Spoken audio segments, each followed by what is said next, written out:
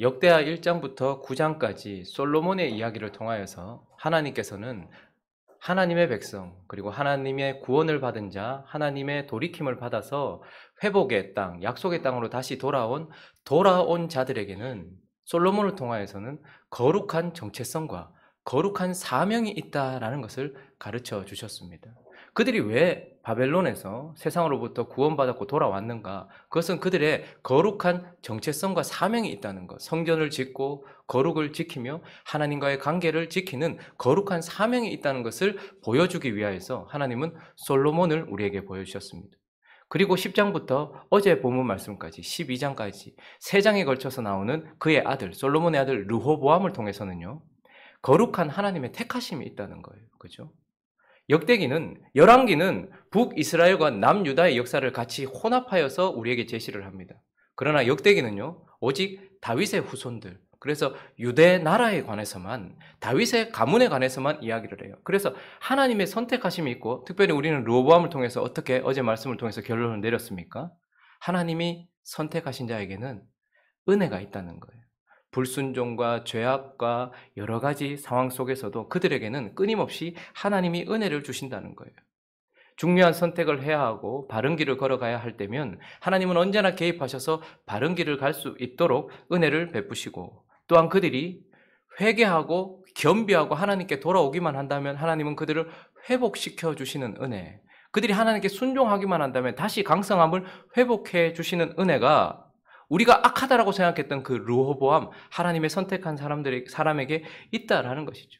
그리고 조금 구원하셔서 하나님을 섬기는 것과 세상을 섬기는 것의 차이가 무엇인지, 그래서 조금 뒤에 구원하셔서 하나님을 섬기는 것이 얼마나 큰 복이었는지를 알게 하시는, 하나님의 은혜도 알게 하시고 세상의 허무함도, 세상의 강팍함도 알게 하시는 은혜, 그리고 무엇보다 우리에게 안전장치를 두셔서 르호보암 평생에 여로보암과의 전쟁 때문에 하나님을 떠나지 않도록 안전장치를 주시는, 보호하시는 하나님의 은혜. 그래서 우리는 솔로몬을 통해서는 구원받고 하나님께 돌아온 백성들에게는 거룩한 사명이 있다는 것을 깨닫게 되었고, 르호보암을 통하여서는 우리에게 하나님의 은혜가 있다는 것을 깨닫게 되었습니다. 이제 그 르호보암의 아들이 아비야가 왕이 되는 이 이야기를 통하여서 또한 하나님은 우리에게 무엇을 말씀하고자 하시는가? 오늘 1절 말씀 한번 읽어볼까요? 1절, 2절 읽어보겠습니다. 시작. 여로보암 왕 18째 해에 아비야가 유다의 왕이 되고 예루살렘에서 3년 동안 다스리니라. 그의 어머니의 이름은 미가야요 기브아 사람 우리엘의 딸이더라. 아비야가 여로보암과 더불어 싸울세. 북쪽에 있는 북이스라엘의 여로보암이 18년째 통치를 하고 있던 그때에 이제 르호보암의 아들 아비야가 왕이 되었다라고 말하고, 2절에서는 아비야에게 뭐가 있다라고 말합니까? 그의 시작점에는 뭐가 있다라고 말합니까? 르호보암의 시작점에는 영적인 위험 요소들이 있었고 죄의 결과들이 있었다라면 이 아비야의 시작점에는 싸움이 있었다라고 말해요. 2절 끝에 보니까 아비야가 싸울세 이렇게 말하고 있습니다. 그래서 이 아비야를 통해서 오늘 우리에게 싸움이 있다는 것을 말씀해 주시고, 그러면 이 싸움은 어떤 의미를 가지는가 몇 가지를 살펴보려고 합니다. 그 첫 번째는요, 이 아비야에게 주신 말씀을 통해서 우리에게 여로보암과의 싸움이 있다라고 우리에게 말씀하고 있습니다. 자, 13절 말씀 한번 읽어보겠습니다. 시작. 여로보암이 유다의 뒤를 둘러 복병하였으므로 그 앞에는 이스라엘 사람들이 있고 그 뒤에는 복병이 있는지라. 열왕기 기사를 통해서, 그리고 오늘 이 본문을 통해서 깨닫게 되는 것은 그가 18년째 되던 북이스라엘의 여로보암이 내려와서 유다를 공격했어요. 유다를 향해 공격을 시작했다라고 말합니다. 자, 그러면 이 여로보암은 어떤 의미를 가지고 있는 자인가? 이 전쟁은 어떤 의미의 전쟁인가? 그 첫 번째는 5절과 6절에 여로보암의 특징이, 우리가 좀 알 수 있는 특징이 있는데 5절, 6절 읽어보겠습니다. 시작. 이스라엘 하나님 여호와께서 소금 언약으로 이스라엘 나라를 영원히 다윗과 그의 자손에게 주신 것을 너희가 알 것 아니냐? 다윗의 아들 솔로몬의 신하 느밧의 아들 여로보암이 일어나 자기의 주를 배반하고 자, 여로보암의 특징은 무엇이냐면 첫 번째는 하나님께서 소금 언약, 변하지 않는 언약으로 다윗과 언약을 맺으셨다는 거예요. 그리고 다윗의 후손과 언약을 맺으셨다는 거예요. 그런데 지금 여로보암은 무엇입니까? 그 다윗의 후손을 배신한, 다윗을 배신한 하나님이 세운 왕을 배신한 자, 이런 뜻을 가지고 있는 것이죠. 다윗과 그의 자손과 관계없는 세력, 이것을 말하는 것입니다.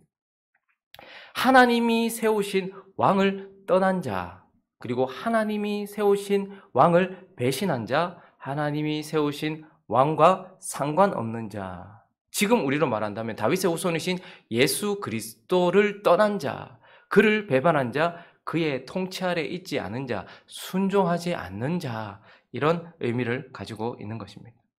그리고 두 번째, 또 이 여로보암의 영적인 특징은 무엇이냐면 8절을 한번 읽어볼까요? 8절. 하나님이 세우신 왕을 배신하여서 이에게는 순종이 없어요. 그리고 8절을 읽어보겠습니다. 시작. 이제 너희가 또 다윗의 자손의 손으로 다스리는 여호와의 나라를 대적하려 하는도다. 너희는 큰 무리요 또 여로보암이 너희를 위하여 신으로 만든 금송아지들이 너희와 함께 있도다. 하나님이 세우신 왕을 배신하여 떠나서 그는 하나님에 대한 순종이 없는 자예요. 그리고 또 하나, 그의 특징은 무엇이냐면 그들도 신이 있는데 그들의 신은 어떤 신입니까? 너희를 위하여 만든 신. 그러니까 자신들이 자신들의 구미에 맞춰서 하나님을 만들었다는 거예요. 왜 다윗의, 그러니까 이스라엘, 북이스라엘, 이스라엘이라는 이름을 가지고 있는데 그들은 이스라엘의 왕인 다윗과 상관이 없어요. 그래서 순종이 없어요. 겉으로 보기에는 이스라엘인데 속에 들여다보니까 그 왕이 다윗이 아닌 거예요. 다윗의 후손이 아닌 거예요. 그리고 또 자세히 보니까 이스라엘이에요. 하나님의 백성이라는 허울은 가지고 있어요. 그런데 또 자세히 보니까 그들이 섬기는 신은 그들이 자기 자신을 위하여 만든 신이더라라는 것입니다. 성경에 계시되고 하나님이 스스로 말씀하신 하나님이 아니고 인간의 마음속에서 만들어낸 신이다, 이렇게 말하고 있어요. 그런데 오늘 보니까 이스라엘이라는 이름은 가지고 있어요. 출애굽한 역사도 가지고 있어요. 그런데 그들이 출애굽하자마자 그들이 모세가 더디옴을 보고 그들의 마음속에 있는 신을 만들었더니 금송아지가 나왔고, 여로보암이 다윗을 배신하자마자 그들의 마음속에 있는 신을 만들었더니 금송아지가 나온 거예요. 그러니까 이들은 하나님이라는 성경에 계시되어 있는 자기 자신을 계시하신 거룩하신 하나님이 아니라 자신의 부패한 마음에서부터 만들어낸 신을, 자기 자신을 위하여 만들어낸 신을 가지고 있다라는 것입니다. 그래서 하나님의 마음을 따라, 하나님을 따라서 우리 자신을 하나님 앞에서 하나님의 형상을 따라 만드는 존재들이 아니고 자신의 마음을 따라 자신의 형상대로 하나님을 만들어가는 존재들이에요. 우리가 얼마나 악한지를 아십니까? 우리가 하나님 앞에서 우리 자신이 하나님의 마음과 그분의 뜻에 만들어지지 않는 존재라면 결국 우리가 하나님을 만들고 있는 것이죠. 우리는 그분이 우리의 아버지 되시고 그분의 생명 되시는 그분의 DNA라고 할 수 있는 성령을 우리에게 주셨기 때문에 아버지를 닮아가야 합니다. 그리고 우리의 신랑은 예수 그리스도이기 때문에 여러분들이 30년, 40년 결혼 생활하면서 옆에 있는 배우자와 닮아가듯이 예수 그리스도와 함께하면서 우리는 예수 그리스도를 닮아가야 돼요. 우리는 하나님의 아들이기 때문에 하나님을 닮아가야 되고 그리스도의 신부이기 때문에 그와 함께하면서 그를 닮아가야 되는 거예요. 우리 육체적인 삶이 그러하듯이 우리가 우리의 육신의 아버지를 닮아가고 우리 옆에 있는 배우자를 닮아가듯이 그렇게 닮아가야 돼요. 그래서 그분을 닮아서 우리의 형상이 빚어지고 다듬어져서 그분을 닮아가야 되는데, 그런데 이들은 어떻게 합니까? 자신의 마음을 따라 하나님을 재단하고 바꾸고 만들어가고 있는 것이죠. 그래서 이 여로보암이라는 존재들은 이스라엘이라는 이름을 가지고 있지만 여호와와는 상관없는 존재들이었다라는 것입니다. 그리고 또 하나, 이 여로보암의 특징은 무엇입니까? 9절을 읽어보면요. 9절 읽어보겠습니다. 시작. 너희가 아론 자손인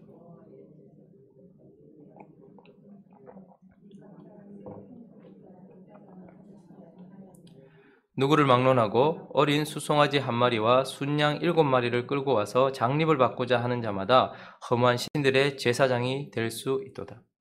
우리가 여로보암과의 이야기 속에서 그들이 모든 아론의 자손들을 쫓아냈다라는 것을 알게 돼요.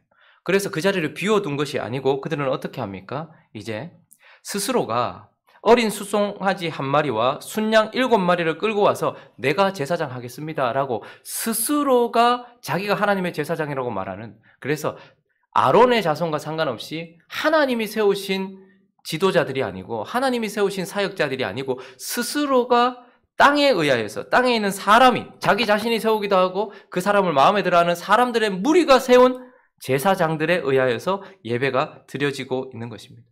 자, 그래서 오늘 이런 사람들, 자기 스스로가 하나님의 사역자가 되겠다고 하는 사람들의 특징을 보니까 어린 숫송아지 1마리와 순양 7마리를 끌고 와서 장립을 받았어요. 그러니까 이들은 뭘 하겠습니까? 투자한 그 금액만큼 뽑아내야 되는 거예요. 그래서 이런 자들의 특징, 이런 제사장들의 특징은 끊임없이 땅의 것을 추구하고 물질을 추구합니다. 그래서 이들은 사명이 아니고 직업인 거예요. 여러분, 결코 하나님의 사역자는 직업일 수 없습니다. 이것은 하나님의 사명인 것입니다. 그러나 이런 사람들은 무엇입니까? 물질을 위하여서 자기가 투자한 만큼 뽑아내야 되는 거예요.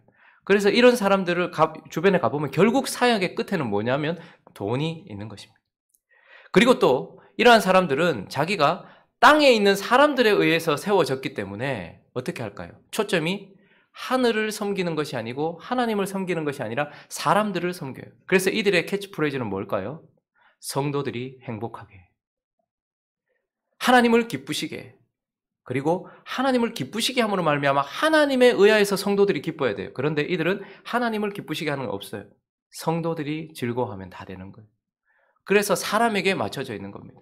그래서 이들은 결국은 예배가 아니라 공연이 있게 되는 것입니다. 하나님의 기쁨이 있는 것이 아니라 사람들의 즐거움이 있게 되어지는 것이죠. 이런 식으로 하나님께서 세우신 사람이 아니라 결국 자기 자신이 서고 땅에 있는 사람들에 의하여서 세워져요. 그렇기 때문에 이들에게는 예배가 없습니다. 그리고 이들에게는 헌신이 없습니다. 성도들에게 하나님께 예배하라고 요구하지 않고 성도들에게 하나님께 헌신하라고 요구하지 않습니다. 왜요? 그랬다가 사람들에 의해서 자기가 박탈당하면 어떡합니까? 그렇기 때문에 성도들이 뭘 기뻐하는가? 끊임없이 하늘을 바라보지 않고 사람들을 살피면서 이 필요가 있구나, 저 필요가 있구나. 여러분, 사람들에게 채워준다고 해서 다 나쁜 건 아니잖아요. 그러나 예배는 하나님을 기쁘시게 하는 것이 예배인데 우리가 은혜 받았느냐, 우리가 즐거웠느냐, 우리에게 감동이 있었느냐, 이것이 전부인 것입니다. 자, 그래서 결국 여로보암은요, 순종이 없어요. 하나님이 세우신 왕을 떠났기 때문에 순종이 없어요. 그리고 하나님이 없어요. 자기 자신이 만든 신이기 때문에 하나님이 없기 때문에 거룩이 없고 닮아가는 모습이 없어요. 그리고 이 아론의 자손들에 의한 것이 아니기 때문에 무엇입니까? 그들에게는 예배가 없어요. 헌신이 없어요. 결국 무엇입니까? 이스라엘이라는 이름을 가지고 있지만 겉은 그렇게 보이지만 결국은 아닌, 이들은 유사 기독교를 말하는 것입니다. 비기독교, 이것도 매우 위험한 것이죠. 비기독교는 아예 대놓고 기독교가 아니에요. 그런데 지금 이 아비야의 전쟁은 무엇이냐면 겉으로 슬쩍 보면 기독교예요. 그런데 유사 기독교예요. 다윗의 자손과 관계가 없습니다. 여호와라는 계시된 신과 관계가 없습니다. 아론의 자손과 관계가 없습니다. 그렇지만 겉으로 보면 기독교처럼 보여요. 이것이 아주 유대나라 아주 가까이에서 강력한 힘으로 내려와서 그 유사 기독교, 지금도 전부 다 예수님 믿는 것 같아요. 전부 다 예수님의 목사, 장로, 집사 다 그런 것 같아요. 성도인 것 같아요. 그렇지만 자세히 들여다보면 다윗의 자손 예수 그리스도에 대한 순종이 없어요. 그리고 자세히 들여다보면 성경에 계시된 하나님이 아니에요. 내 마음에서부터 만들어낸 하나님이 있어요. 그리고 아론의 자손, 하나님이 세우신 제사장이 아니고 땅에서부터 스스로가 장립된 그런 땅의 사람들에 의하여 장립된 그런 아론의 자손과 관계없는 제사장들이 서 있는 유사 기독교, 이것과의 전쟁이 있다라고 말씀하고 있는 것입니다. 자, 그래서 오늘 결국 이 아비야의 말씀을 통하여서, 아비야의 이야기를 통해서 우리에게 무슨 교훈을 주고 싶으실 것일까요? 바로 여로보암과 두 번째는 싸워야 한다라는 것입니다. 여로보암과 반드시 싸워야 한다. 유사 기독교와 비기독교와 싸우는 것도 중요합니다. 비기독교가 우리에게 들어오지 못하게 하는 것도 중요해요. 그러나 우리 안에 깊숙이 파고들려고 하는 유사 기독교, 이 여로보암과 싸워야 한다라고 우리에게 말씀하고 있습니다. 자, 2절 말씀을 다시 보시면요. 사실 실질적으로는 유사 기독교인 여로보암이 먼저 치고 올라왔습니다. 치고 내려왔습니다. 그런데 2절 셋째 줄 한번 읽어볼까요? 자, 시작. 아비야가 여로보암과 더불어 싸우세. 마치 아비야가 먼저 시작한 것처럼 보이지만 저 의미는 무엇일까요? 내려오는 여로보암과 화친을 하거나 그냥 용납한 것이 아니라 아비야가 어떻게 하는 거예요? 이 유사 기독교 여로보암과 더불어 힘써 싸우고 있다라는 것을 우리에게 보여주고 있습니다. 그런데 이들은 3절을 보시면요. 강합니다. 아비야는 싸움에 용감한 군사 40만 명을 택했어요. 그런데 여로보암은요. 큰 용사 80만 명. 뭐 숫자적인 의미도 있겠죠. 어쨌든 2배라는 말은 상대가 되지 않을 만큼 강하다 이 말입니다. 사실은. 유사 기독교가 우리를 치고 내려오는 힘이 얼마나 강한지 모릅니다. 너무나 쉽게 성도들이 유사 기독교에 빠져요. 구원관이 잘못되어 있고 추구가 잘못되어 있고 그리고 또 그들의 특징은 13절을 보시면요. 여로보암이 유사 기독교가 유다의 뒤를 둘러 복병하고 그 앞에는 또 이 유사 기독교 이스라엘 사람들이 있어요. 그들은 전략을 가지고 들어옵니다. 그냥 막 치고 내려오는 것이 아니라 강하기도 강하지만 복병을 두면서 전략적으로 우리를 향해서 공격하고 있다라는 말입니다. 자, 그러니 우리는 힘으로도 밀리고 우리는 전략도 없어요. 그런데 그들은 힘으로도 강하고 전략적으로 교회를 유다 나라를 공격하고 있단 말입니다. 자, 그래서 우리는 싸워야 되는데 어떻게 싸워야 될까요? 14절 읽어보겠습니다. 14절 시작. 유다 사람이 뒤를 돌아보고 자기 앞뒤의 적병으로 말미암아 여호와께 부르짖고 제사장들은 나팔을 부릅니다. 유사 기독교를 이기는 전쟁하는 방법은 딱 하나입니다. 여호와께 우리 모두가 부르짖는 것밖에 없어요. 그리고 제사장들은 나팔을 부는 거예요. 제사장들은 하나님이 세우신 자들은 하나님을 향하여 기도하며 하나님을 향하여 도움을 요청하며 하나님께로 사람들이 모이도록 하는 것. 그래서 하나님을 향해서 싸우는 것밖에 없는 것입니다. 왜 우리는 이런 유사 기독교의 싸움에서 논리적인 싸움을 해야 되거나 전략적으로 싸우라고 하지 않고 여호와께 부르짖고 제사장들은 나팔을 불라고 할까요? 15절 말씀 읽어볼까요? 15절 시작. 유다 사람이 소리 지르매 유다 사람이 소리 지를 때에 하나님이 여로보암과 온 이스라엘을 아비야와 유다 앞에서 치시니. 자, 하나님께서 여로보암과 온 이스라엘, 여로보암 이 유사 기독교를 치셨대요. 유다 앞에서 치셨대요. 그런데 언제 치셨습니까? 유다 사람이 소리 지를 때. 그러니 우리가 단순히 아유 저거 틀렸는데 아유 저거 아닌데 라고 우리끼리 싸우고 할 그게 아니라 하나님께 기도하는 순간 하나님이 그래서 같은 말을 반복하잖아요. 성경에 쓸 말이 얼마나 많은데 굳이 저 말을 왜 합니까? 유다 사람이 소리 지를 때 유다 사람이 소리 지를 때에 이런 말을 왜 또 반복하겠습니까? 그만큼 중요한 거예요. 유사 기독교를 이기는 방법은 우리가 하나님께 부르짖는 것밖에 없어요. 소리 지름에 하나님이 그 소리를 지를 때에 역사하신 거예요. 그리고 또요. 셋째 줄 주어가 무엇입니까? 하나님이 여로보암을 치시는 거예요. 하나님이 유사 기독교를 치시는 거예요. 그러므로 우리는 나 자신도 보면요. 우리 안에 성경하고 다른 개념이 얼마나 많은지 몰라요.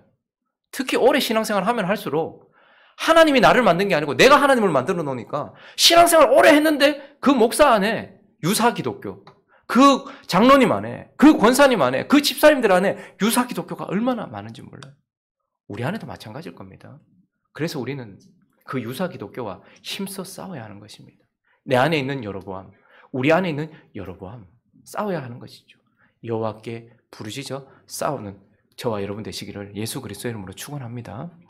말씀을 정리하겠습니다. 자, 그렇게 하나님을 의지하여 여호와와 싸우면 그 결과가 여호와를 대적하는 그들과 싸우면 그 결과가 어떻게 되는가? 17절 아비야와 그의 백성이 크게 무찌르니 이스라엘 택한 병사들이 죽임을 당하고 엎드러진 자들이 50만 명이었더라. 어떻게 해요?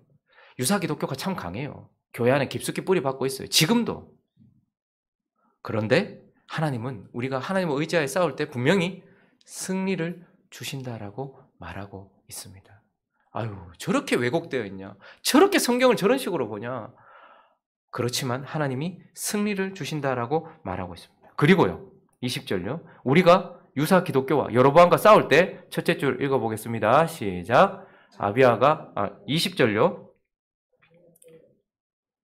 제가 읽겠습니다. 아비야 때에 여로보암이 다시 강성하지 못하고 여호와의 치심을 입어 죽었더라. 어떻게 해요? 아비야 때에 아비야는 유사 기독교와 싸웠던 자죠. 아비야 때에 여로보암이 다시 강성하지 못하고라고 말하고 있어요.